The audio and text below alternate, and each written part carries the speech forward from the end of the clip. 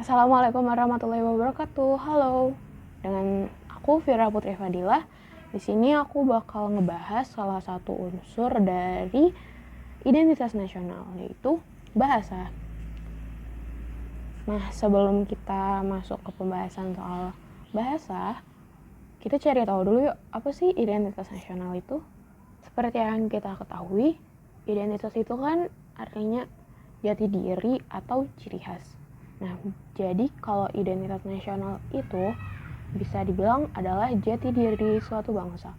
Jadi, jati diri itu nggak hanya dimiliki oleh seorang individu, tetapi juga dapat dimiliki oleh sebuah kelompok atau organisasi dan juga negara.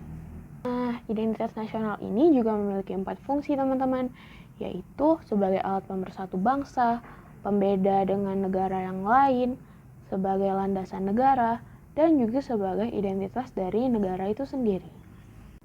Sebelumnya aku mau ngasih tahu kalau identitas nasional itu punya 4 unsur, yaitu agama, suku bangsa, kebudayaan, dan bahasa. Nah, bahasa ini yang akan kita bahas kali ini. Bahasa adalah suatu simbol ataupun lambang yang dipresentasikan secara verbal melalui bunyi ataupun suara. Bahasa Indonesia atau bahasa resmi yang ada di negara Indonesia ini itu dinamai pertama kali pada saat dibunyikannya Sumpah Pemuda pada tanggal 28 Oktober 1928. Meskipun bahasa yang digunakan di negara kita itu bahasa Indonesia, karena Indonesia itu punya beribu-ribu pulau, jadi setiap daerah itu punya bahasa mereka masing-masing. Jadi jumlah bahasa yang dimiliki oleh negara Indonesia itu ada 652 bahasa.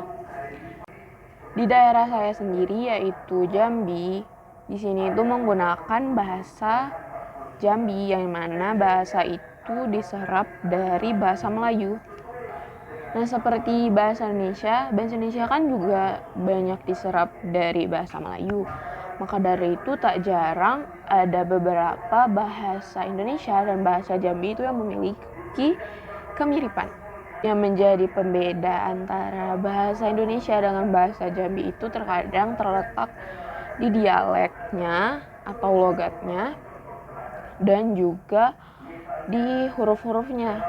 Seperti contohnya, bahasa Jambi itu terkadang apabila ada suatu kata yang huruf terakhirnya itu terdapat huruf A, biasanya itu diganti dengan huruf O.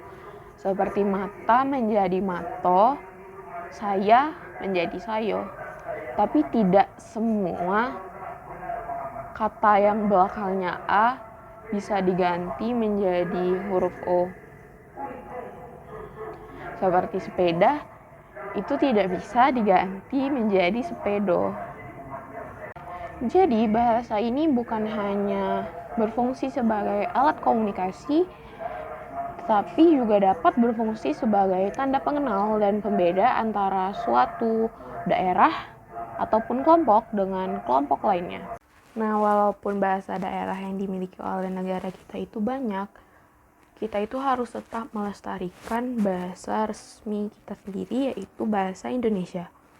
Karena tak jarang orang-orang itu terlalu sering berkomunikasi menggunakan bahasa daerahnya, sehingga mereka itu lupa bagaimana caranya berbicara menggunakan bahasa Indonesia sendiri.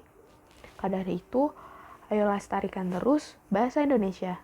Oke, segini aja video dari aku. Apabila ada kesalahan pengucapan kata, mohon dimaafkan.